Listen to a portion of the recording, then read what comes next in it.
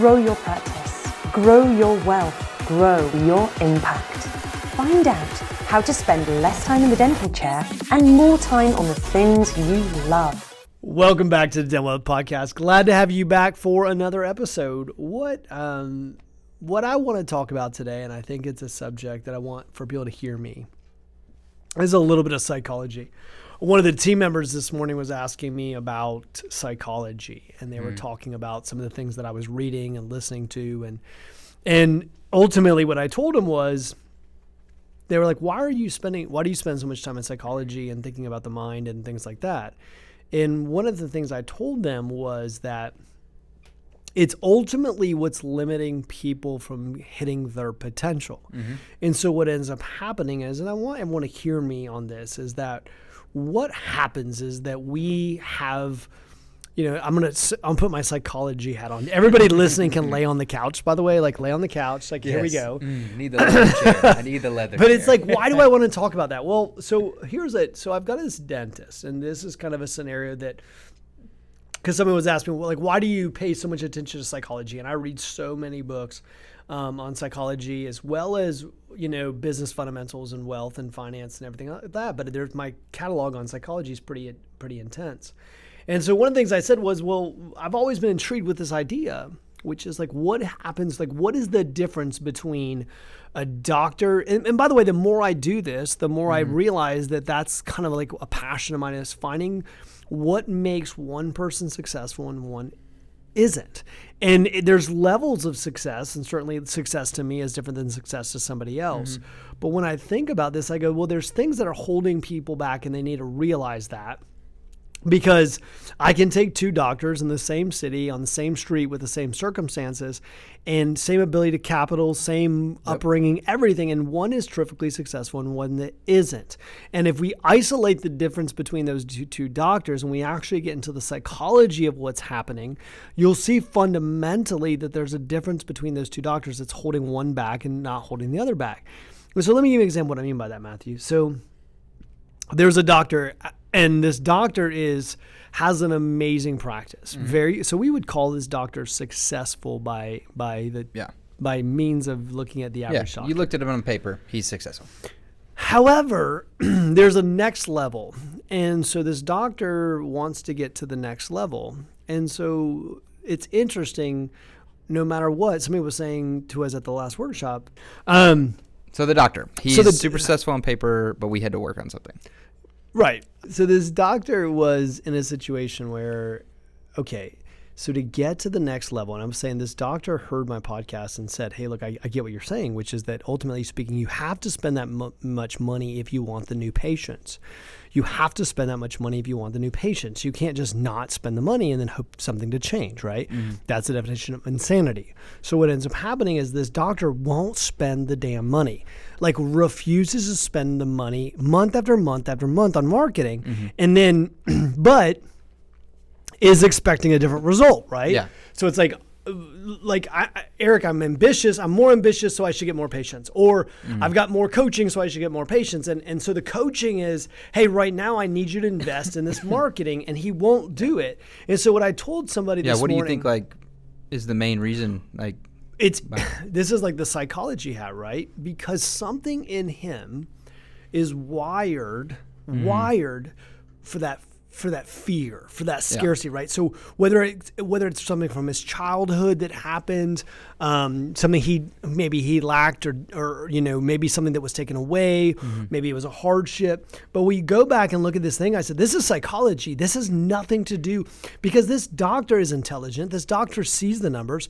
This doctor can know what the fundamentals are and still not take action. Yeah. Now we have to analyze. Because ultimately, I can keep telling him to do the same thing over and over again, like a patient, right?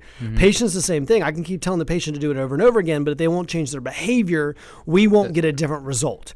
And so this insanity, and then by the way, this is where your team starts bashing the patient and say, we've told this person. You've got to look at it a little deeper than that and go, look, there's something going on in this doctor's brain that he will not spend the money on marketing. Now, he doesn't have any professional, I understand if he said to me, Eric, I've got some professional kind of problem with that, but he just won't. And in fact, like is he like saying he's going to do it, but then you ask him a week that's later right. and he's that's like, right. I haven't done it. Well, like I said, so I gave him, I said, I need you to spend this much based on your acquisition cost per month. And then month after month after month, you come back and you're like, he's like, well, I'm spending $700. I'm like, well, what? Like, that's not even close. Yeah. And so what ends up happening is you have to get, so then in business, and I think we all have to do this. When I talk about self-imposed limitations, what ends up happening is I think people think, well, I'll just in a sense go like flip a switch. But no, he's got to analyze like what's happening for him that he's fearful of that decision making. Because once we isolate that, once we go, hey, look, this fear, and then, by the way, what are you scared of? By the way, I'm asking you who's listening right now. Like, it might be you that's having the mental block. We call them mental blocks, right? Yeah. And we go, why can't I do this? Why can't I hire the person I need? Why can't I invest in the associate? Why don't I expand my hours? Why don't I do these things? I know I should do them. I know the marketplace is asking me to do them. I know that I have, but what is costing me? Well, it's like, well, maybe my team will leave. Then what about being left is causing you? Because ultimately speaking, you can go hire a new team. So then what is it that's causing that? So there's these psychological things that we have to kind of get down to and go, what's happening for me? What's happening for me that I'm stopping? Because this is what I say, self-imposed limitations. This is a self-imposed limitation. Yeah. And some people call these the upper limit problems. And I've talked about this on this podcast, this upper limit problem, which ultimately this doctor will never hit his potential. He will cap and hit an organizational ceiling. And his organizational ceiling has nothing to do with his team, has nothing to do with his consulting advice, has nothing to do with his environment, nothing to do with his market, nothing to do with his ambition.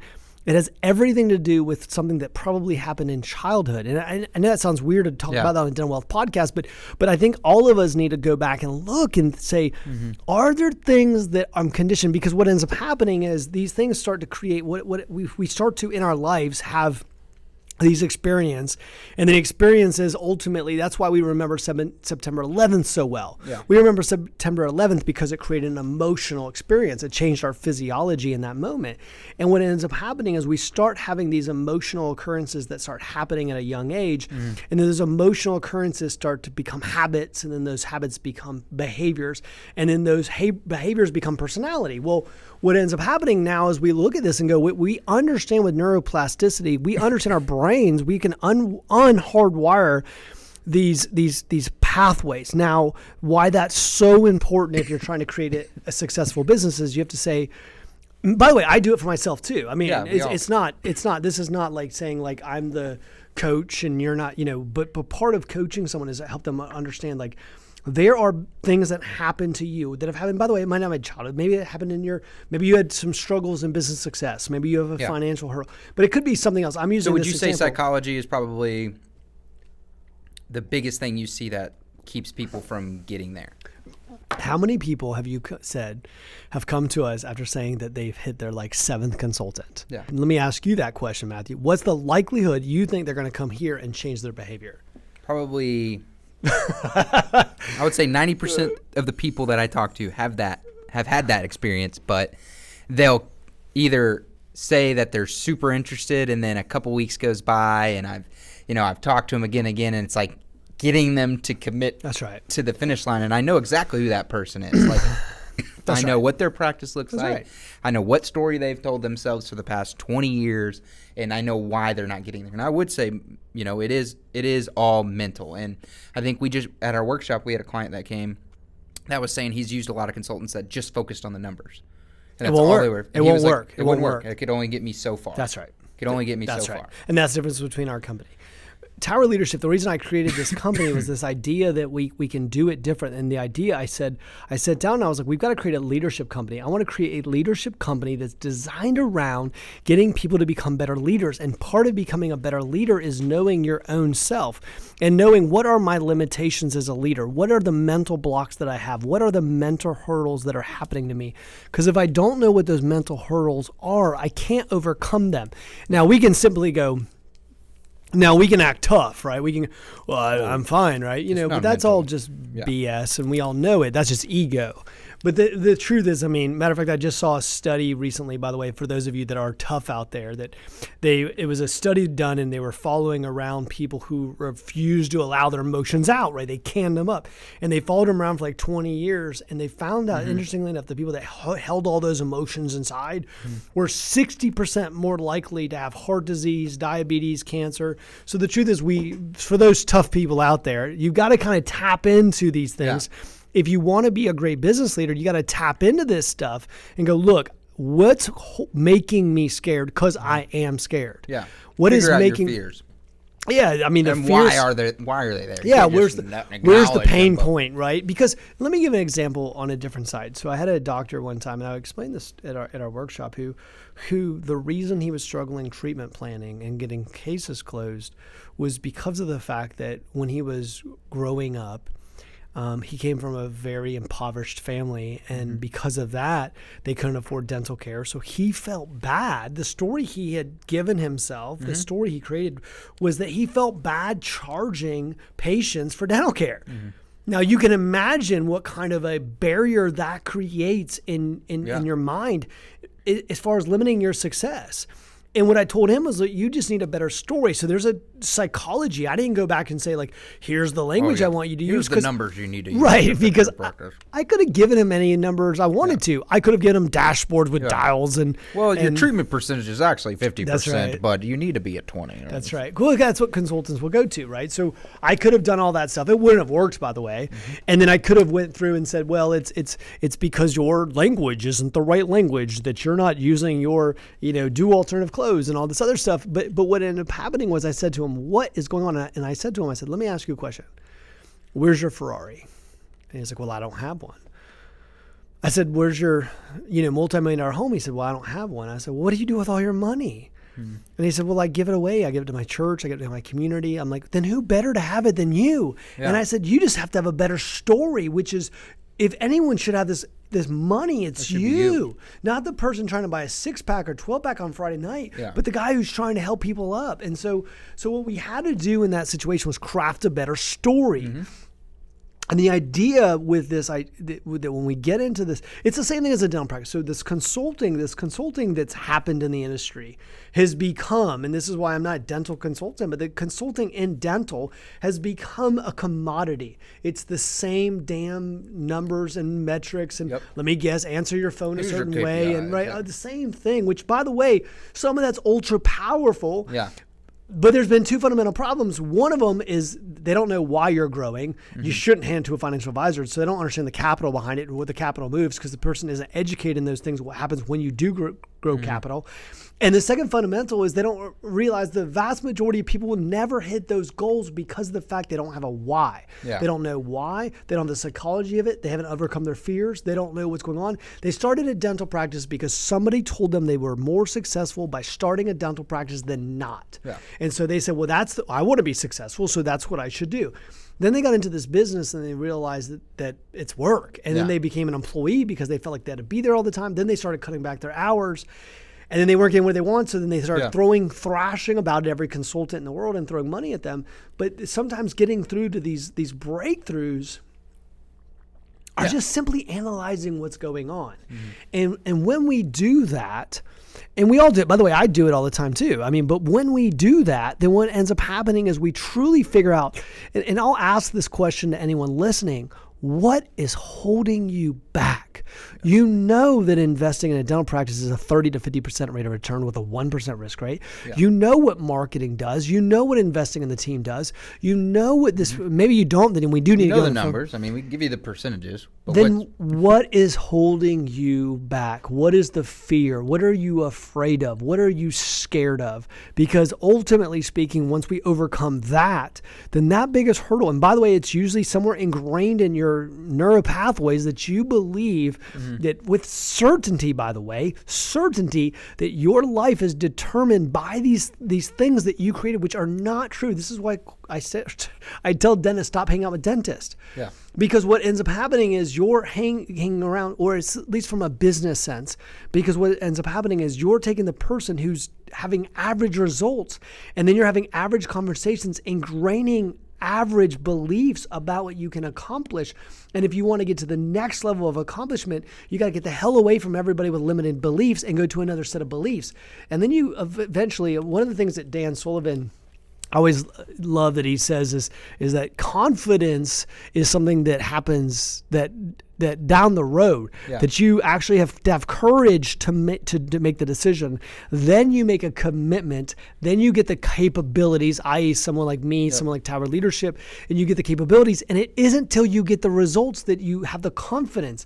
This idea that someone tells you should just have confidence. No, hell no, you shouldn't have confidence. You don't get confidence until you see the results. Yeah. But if you never have the courage to look inside and find out why you're not willing to make the commitment, because that's what I would add as a caveat to that, is the reason you're not making a commitment and having the courage, because something in you is hardwired to believe that you can't do it. Yeah. And we got to isolate that. And I think that's long-winded. But I think it's typical.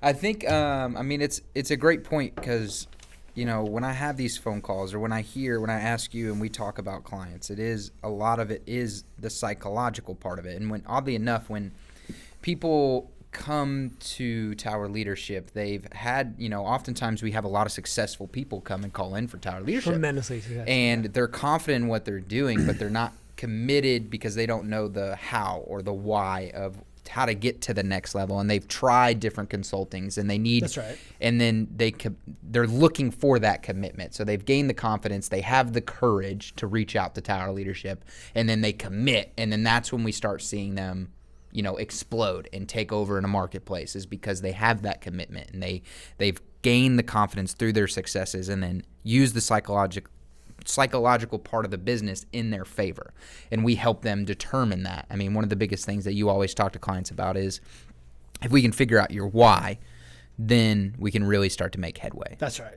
And it's figuring out what that why is, and it's uncovering that why, and it's uncovering, like, what am I trying to get accomplished, and what is it going to mean for me? And so that's why, I always laugh at the guy that years ago said, Eric, he came to me, he said, I heard you could take me to 100 million. And I said, I can, but why do you want that? And he said, testosterone, And hey, at least that was his why. But no, in all seriousness, like, what is the why? Mm-hmm.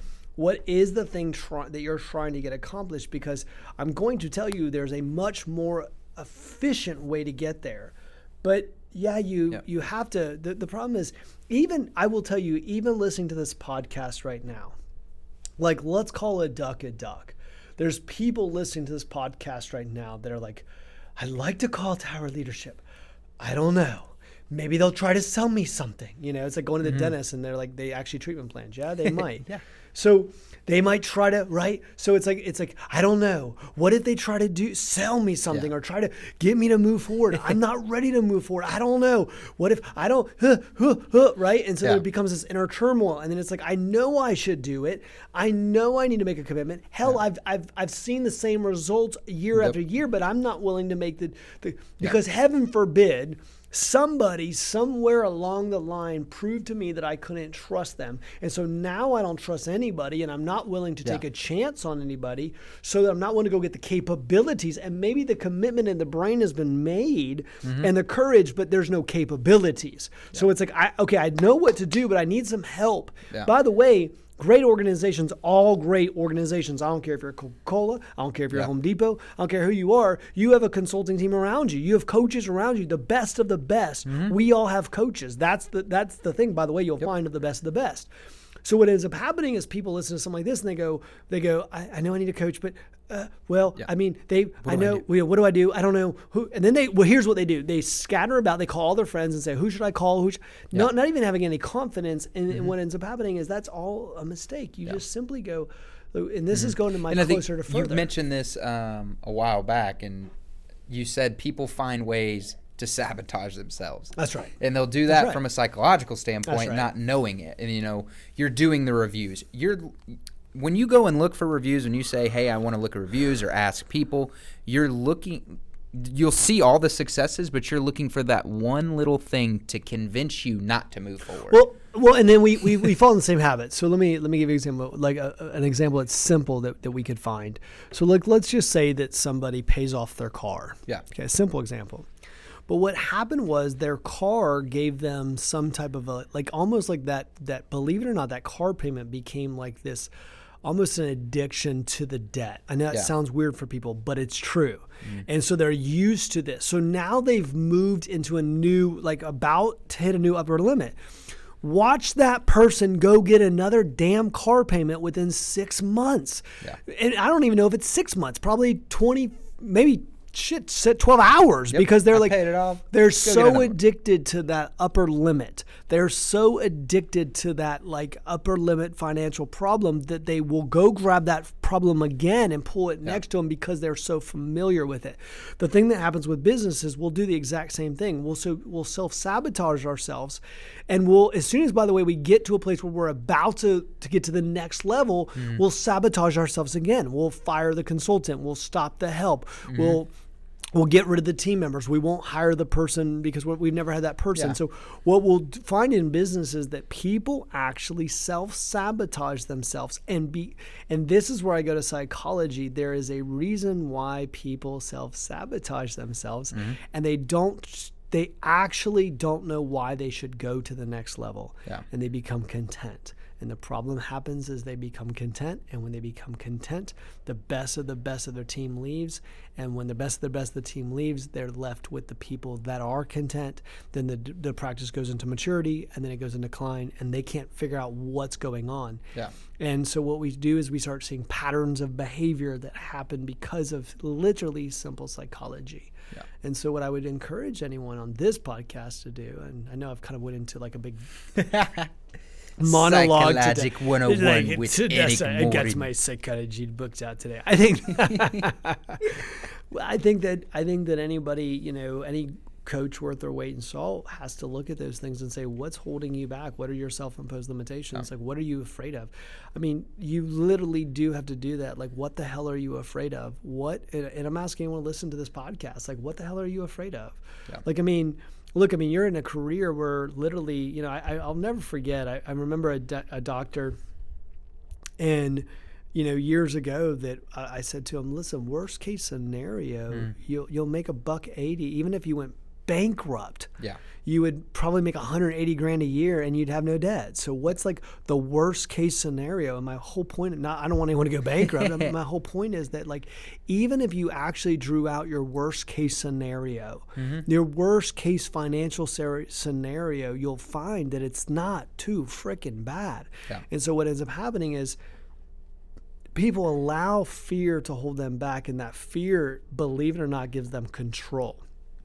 They feel like that fear is a good thing, because it allows them to feel, because they've used that same fear throughout their life, and that fear has given them control, and they're afraid to let that fear go. So what you have to do is look at this and say, what are the things that are holding me back? What are my fears? What am I afraid of? What's my pain? And how is that affecting my business? How is that affecting my personal relationships? And if I let go of that, who would the person I be, right? Yeah. So if I let go of that belief, is that belief true? And then if I let go of that belief, because that is true, is who would I be without this belief, right? If I didn't have this chip on my shoulder. Yeah, if I didn't believe that, who would I be without this belief? Yeah. So this doctor doesn't realize that he could easily grow 10 times if he'd let go of this belief. And I think I was actually reading an article the other day. It was about Matthew McConaughey. And there was a period of time where Matthew McConaughey was making a bunch of rom-coms. He was making just not very good movies, and then it was a couple years, and then he made Dallas Buyers Club, Interstellar, and he won some Oscars. And he said the biggest thing that contributed to that was his belief. And he said, beforehand I was so obsessed with how people perceived me on the way I acted, the way I talked, the way I did these movies, that it almost my psychological part of my body was just out of whack. And then I just started doing it for the love of the movie. And I said, how can I just have fun when I'm doing this? How can I make sure, who do I want to become? And that's how I do it. And that's how he transformed from rom-com to Oscar-winning actor, Interstellar, Dallas Buyers Club, because he just had that psychological, it was out of whack. He didn't believe that he could become that person. He just was so focused in on what everyone else thought, how his movies were received by critics, that it kind of brought him down, and he didn't know why. He didn't know what his why was for it, and he found that out in the couple years in between Dallas Buyer Club and Interstellar. Well, and what you're describing is what we call living a fictional life versus a non-fictional life. Yeah. And in fact, if you actually look at him recently, he's been actually going out and talking about being a conservative in Hollywood, which is in Hollywood, that's like the kiss of death, right? Yeah. And he doesn't even care, because he's like, I'm going to live my most non-fiction life because it's the best person I can become. And by doing that, then I'm going to allow myself to be the best, the very best actor I can be. And I'm not like, I'm going to, in other words, cut the bullshit and be the best actor he knows how to be. And that's what you're saying here, which is what I'm saying, the exact same thing. It's like, we've got to look through these lenses that are not true, cut the bullshit and say, look, where am I actually holding, like, look ourselves in the mirror and say, where am I holding myself back? And then go to work on those areas, because the rest of it, I always tell people, the science of business is so freaking easy. The KPIs easy, the numbers in the investment easy, capital easy, all this stuff's easy. The psychology, well, that's a whole nother thing.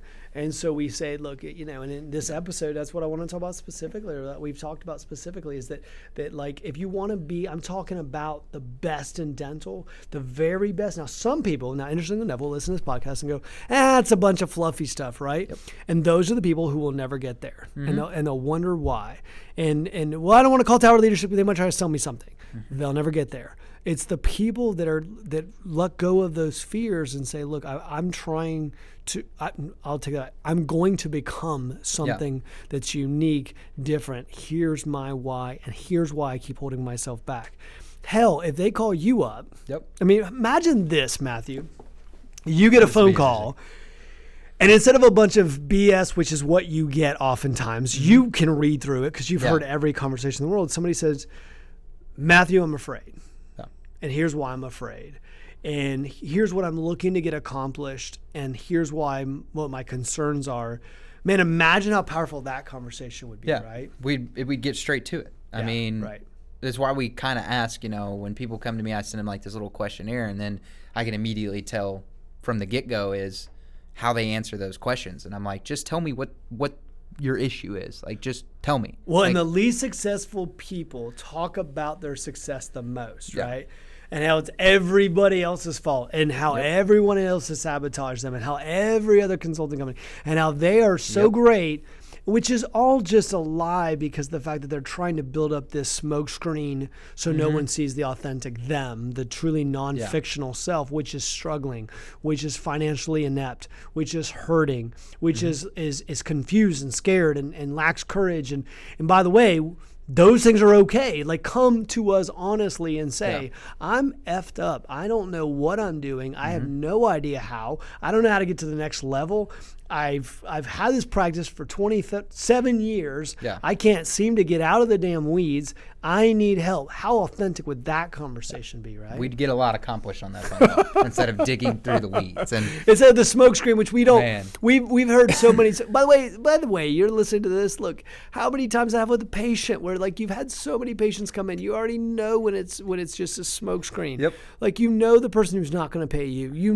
Like, the person who's not going to move forward on the procedure. The person who's wasting your time. You know that already because you've been doing this for so darn long. You know the patient I'm talking about.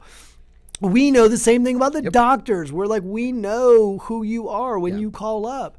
So be authentic and be yourself and just say, this is what I'm struggling with. And by the way, if we can't help you, Matthew will be the first one to say, we can't help you. We're not the people for you. And by the way, I got hung up on the other day for doing that. It's funny though. People, I always tell people we don't take everybody, and people don't believe me until we say we decline people. And they go, oh man, like, you guys were serious. So you don't take everybody. I'm like, no, of course I don't. So it's interesting. So I could determine if the psychologically, just from talking to you for 45 minutes, if that is going to change. Right? Yeah. If Now, if hold I on. can tell you said, on a phone call. Hold on. Now, you didn't say KPIs. You didn't say numbers. Now, it's interesting. We've never declined somebody at Tower Leadership because their numbers weren't where they need to be, right? No, never. I always ask them. I give them the questions. And I say, why are you here? Why did this happen? What can you correlate this to? And 9 times out of 10, I can tell right there if they're going to be able to be fixed or not. And if they're the only people that are getting in their way is them. And I'll tell them that blatantly on their phone call, and sometimes the message is received well and sometimes it's not.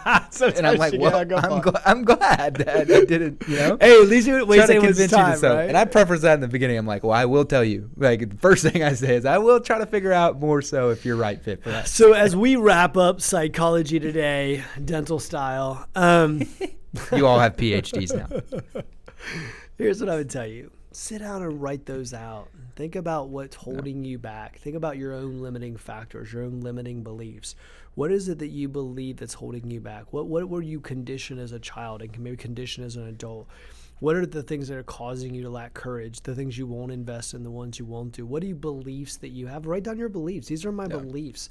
My beliefs about the potential of my practice, the beliefs. And by the way, if you're listening to this and you're successful, you definitely should do it. Yeah. Because you're still having limiting beliefs. I have limited beliefs. We all have limited beliefs. I try to challenge my limiting beliefs daily, but they're always there. So I would encourage you to go back and realize that's the biggest thing holding you back from where you are today and where you want to be.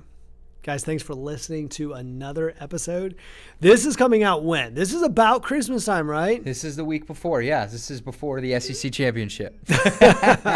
Okay, so if you didn't listen to me last time and I asked for it, I'm going to ask for it again. Maybe you didn't listen to the last podcast, so I'm going to ask for it again. I'm asking for a Christmas present. I do this as a Christmas present to you to try to give you as much content as you can. By the way, some of the results we've had just from this podcast is insane. Yeah. We've had people move the needle in insane amounts from the podcast. Literally cost nothing but time, right? Yeah. So this is my gift to you. I'm asking for a gift back, right? Reciprocation. I'm asking for a reciprocal gift. I'm asking you to go on YouTube and hit subscribe, please. Even if you don't watch it typically that way, you'll see what happens when you watch this versus sometimes just listening to it.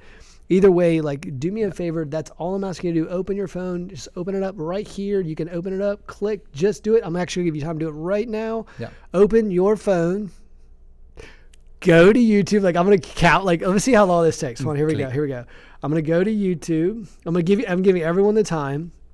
I'm at YouTube now. Boom. I go into search and dental wealth. I know how much time it's taking now.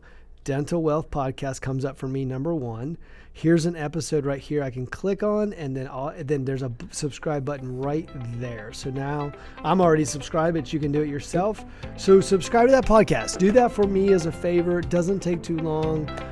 Share this with your friends and family at Christmas time. It's a great time. Thanks for being here. Matthew, thank you for all you do, sir. And we'll see you next time.